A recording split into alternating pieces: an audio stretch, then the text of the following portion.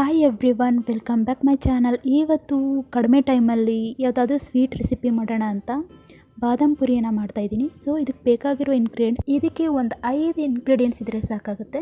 So ನಾನಿಲ್ಲಿ ಚಿಕ್ಕ ಕಪ್ಪಲ್ಲಿ 2 ಕಪ್ ಮೈದಾ ಹಿಟ್ಟು, ಚಿಟಿಕೆ ಅರಿಶಿನ ಹಾಕ್ಕೊಂಡು ನೀಟಾಗಿ ಸ್ಪ್ರೆಡ್ ಮಾಡ್ಕೊಳ್ಬೇಕು.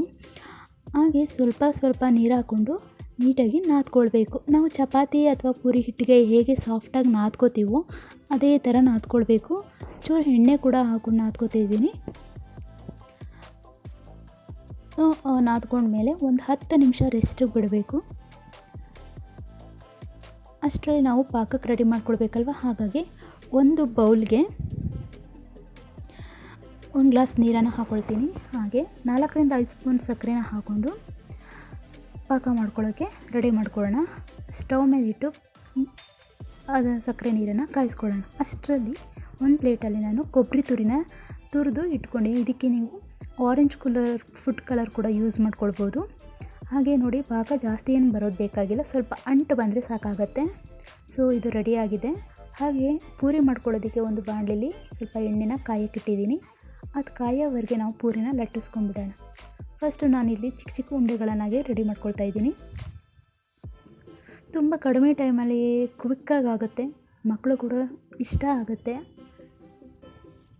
ನಮಗೂ ಏನಾದರೂ ಸ್ವೀಟ್ ತಿನ್ನಬೇಕು ಅನ್ನಿಸ್ದಾಗ ತಿನ್ಬೋದು ಮಾಡ್ಕೊಂಡು ಮನೇಲೇ. ಸಖತ್ ಈಸಿಯಾಗಿದೆ ಈ ರೆಸಿಪಿ ಮಾತ್ರ. ಸೊ ಇದನ್ನು ನಾವು ಪೂರಿ ಸೈಜಲ್ಲಿ ಲಟ್ಟಿಸ್ಕೊಂಡು ಟ್ರಯಾಂಗಲ್ ಶೇಪಲ್ಲಿ ಫೋಲ್ಡ್ ಮಾಡ್ಕೊಳ್ಬೇಕು.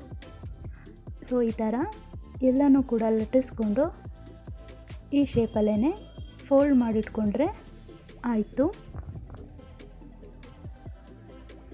ನಾನು ಶಾರ್ಟ್ ವಿಡಿಯೋದಲ್ಲಿ ಆಪಲ್ ಗ್ರೀನ್ ಫುಡ್ ಕಲರ್ನ ಯೂಸ್ ಮಾಡಿಕೊಂಡು ಬಾದಾಮ್ ಪುರಿನ ಮಾಡಿದ್ದೀನಿ.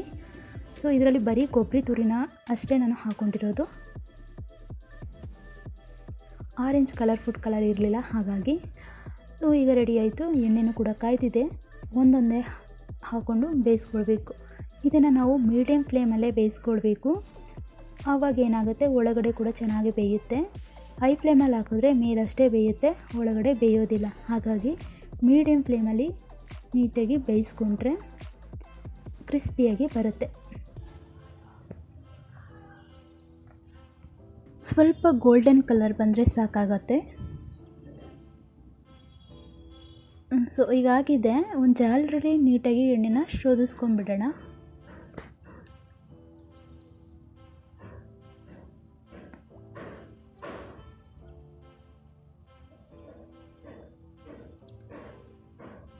ಇಷ್ಟಾದರೆ ಸಾಕಾಗತ್ತೆ. ಈಗ ಪೂರಿನ ಸಕ್ಕರೆ ಪಾಕದೊಳಗಡೆ ನೀಟಾಗಿ ಡಿಪ್ ಮಾಡ್ಕೊಳ್ಬೇಕು. ಅದು ಒಳಗಡೆ ಎಲ್ಲ ಪಾಕ ಇಳಿಬೇಕು. ಆ ಥರ ನೀಟಾಗಿ ಹಾಕೊಂಡ್ಮೇಲೆ ಕೊಬ್ಬರಿ ತುರಿಯಿಂದ ಸ್ಪ್ರೆಡ್ ಮಾಡ್ಕೊಳ್ಬೇಕು ಪೂರಿಗೆ. ಇದೇ ಥರ ಎಲ್ಲ ಪೂರಿನೂ ಸಕ್ಕರೆ ಪಾಕದೊಳಗಡೆ ಹಚ್ಕೊಂಡು ಕೊಬ್ಬರಿಯಿಂದ ಸ್ಪ್ರೆಡ್ ಮಾಡಿದ್ರೆ ರೆಡಿ ಆಗುತ್ತೆ ಸಖತ್ ಟೇಸ್ಟಿ ಆ್ಯಂಡ್ ಯಮ್ಮಿಯಾಗಿರೋ ಬಾದಾಮ್ ಪುರಿ. ಈ ಥರ ಮೇಲೆ ಕೊಬ್ಬರಿನ ನಾವು ಸ್ಪ್ರೆಡ್ ಮಾಡೋದ್ರಿಂದ ಮಕ್ಕಳಿಗೆ ಬೇಗ ಅಟ್ರ್ಯಾಕ್ಟ್ ಮಾಡುತ್ತೆ ಮತ್ತು ಅವರು ಕೂಡ ಇಷ್ಟಪಟ್ಟು ತಿಂತಾರೆ. ಮಕ್ಕಳಿಗೆ ಆಲ್ಮೋಸ್ಟು ಸ್ವೀಟ್ ಅಂದರೆ ಇಷ್ಟ ಅಲ್ವಾ, ಹಾಗಾಗಿ ಇದು ಕೂಡ ಮನೇಲಿ ಮಾಡಿಕೊಟ್ರೆ ಇಷ್ಟಪಟ್ಟು ತಿಂತಾರೆ. ಸೊ ನೀವು ಒಂದು ಸತಿ ಟ್ರೈ ಮಾಡಿ ಅಂತ ಹೇಳ್ತಾ, ಈ ರೆಸಿಪಿ ನಿಮಗೆ ಇಷ್ಟ ಆಗಿದರೆ ಪ್ಲೀಸ್ ಲೈಕ್, ಶೇರ್, ಕಮೆಂಟ್ ಮಾಡಿ. ಆ್ಯಂಡ್ ಯಾರೆಲ್ಲ ಸಬ್ಸ್ಕ್ರೈಬ್ ಆಗದೆ ನೋಡ್ತಿದ್ದೀರಾ, ಪ್ಲೀಸ್ ಸಬ್ಸ್ಕ್ರೈಬ್ ಆಗಿ ಅಂತ ಹೇಳ್ತಾ ಮತ್ತೊಂದು ವಿಡಿಯೋದಲ್ಲಿ ಸಿಗ್ತೀನಿ. ಬಾಯ್.